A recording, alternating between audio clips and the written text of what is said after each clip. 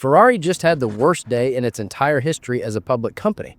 I'm talking a 13% crash in a single day.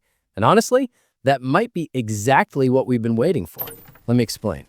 So here's the thing about Ferrari. Ferrari. Now they've won 4 out of the last 5 Le Mans. We need to think like Ferrari. You probably know them as the people who make those crazy red sports cars that show up in movies, right? But here's what most people don't get. Ferrari isn't really a car company, at least not in the way you think. Think about it like this. Most car companies are like McDonald's. They're trying to sell as many burgers as possible to as many people as possible. Ferrari? They're more like that super exclusive restaurant where you have to wait 2 years just to get a reservation. They only make around 13,000 to 15,000 cars per year. That's it, on purpose. And this strategy, it's genius, because when something is rare and everyone wants it, you can charge basically whatever you want. The average cost of a new Ferrari typically ranges between $250,000 and $350,000. That's almost $500,000 for one car. Here's where it gets wild. Ferrari makes a 23% profit margin. You know what Ford makes? Maybe 5%. Most car companies would kill for 10%. Ferrari's sitting at 23%. That's not a car company. That's a luxury brand that happens to sell cars. Pretty cool, right? So let's talk about what just happened. On October 9th, 2025, Ferrari held this big investor meeting. They were supposed to wow everyone with their plans for the future. Instead, the stock absolutely tanked. Why?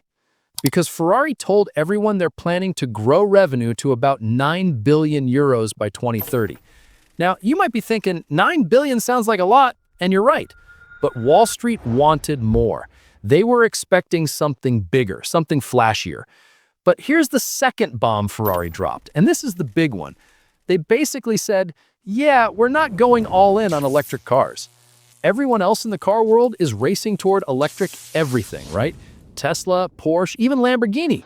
But Ferrari just said, nah, we're taking our time. By 2030, they're planning for only 20% of their cars to be fully electric. The rest will be traditional engines or hybrids. Wall Street freaked out. $13 billion of value, gone. Just like that. But hold on, let's think about this for a second. When you buy a Ferrari, are you buying it because it's environmentally friendly? No, you're buying it because it sounds like thunder, because the V12 engine makes your heart race, because it's raw and loud and exciting. Ferrari knows this. Their customers, they're not asking for electric cars yet. They're asking for more V12s, more limited editions, more of that classic Ferrari experience. So while everyone else is panicking about Ferrari not going electric fast enough, Ferrari's basically saying, we know our customers better than you do. You see where this is going, right? Now let's talk money, because this is where Ferrari gets really interesting. Right now, Ferrari trades at about 43 times its earnings. That sounds expensive, right? Ford trades at like 7 times earnings. But here's the thing. You can't compare Ferrari to Ford. That's like comparing a Rolex to a Casio. They both tell time, but one of them costs 50 times more and still has people lining up to buy it. You know what Ferrari should be compared to?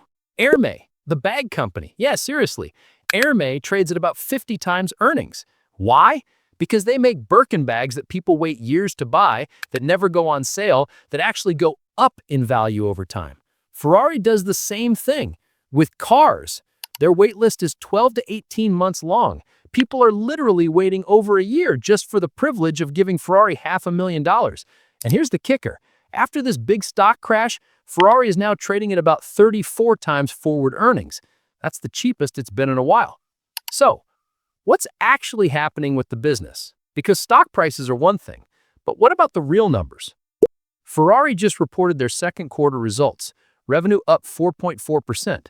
They sold basically the same number of cars as last year. They kept it flat on purpose, remember, but they made more money per car. Their profit margin actually went up. They're literally selling the same amount of stuff but making more money. That's the dream, right? And get this, Ferrari just announced they're increasing their dividend. They're buying back 3.5 billion euros worth of their own stock over the next few years.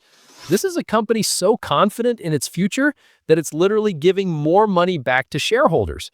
Does that sound like a company in trouble to you? Now, I'm not going to lie to you.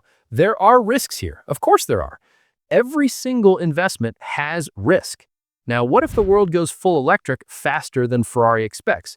What if rich people suddenly decide they don't want loud, gas-guzzling supercars anymore? What if there's a huge recession and even wealthy people stop buying toys? These are real valid concerns. But here's my take on it. Ferrari has been around since 1947. They've survived oil crises, recessions, world wars, technology shifts. They've seen it all. And through all of that, one thing has remained constant. People want to own a Ferrari. It's not about transportation. It's about owning a dream. It's about having something that 99.9% of the world can never have. That desire, that doesn't go away just because the engine is electric or gas-powered. Think about it like this.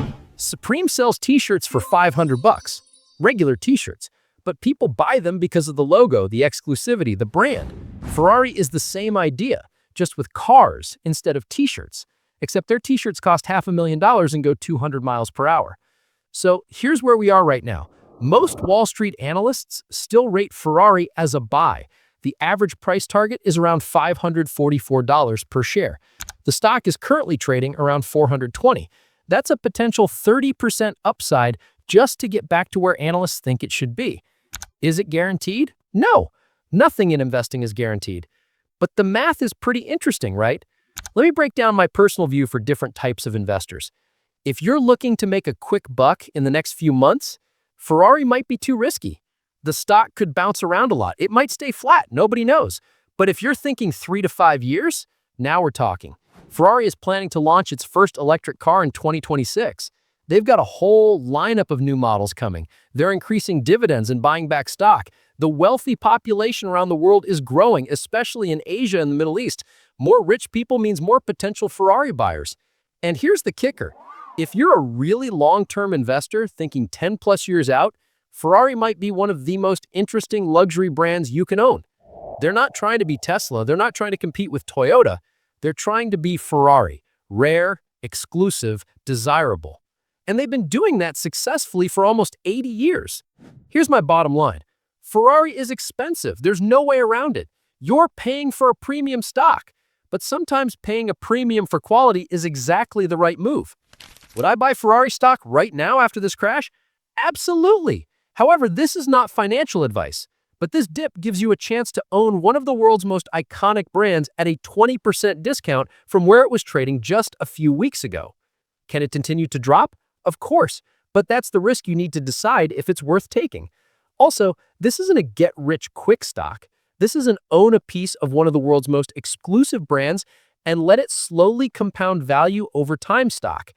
The key question you need to ask yourself is simple.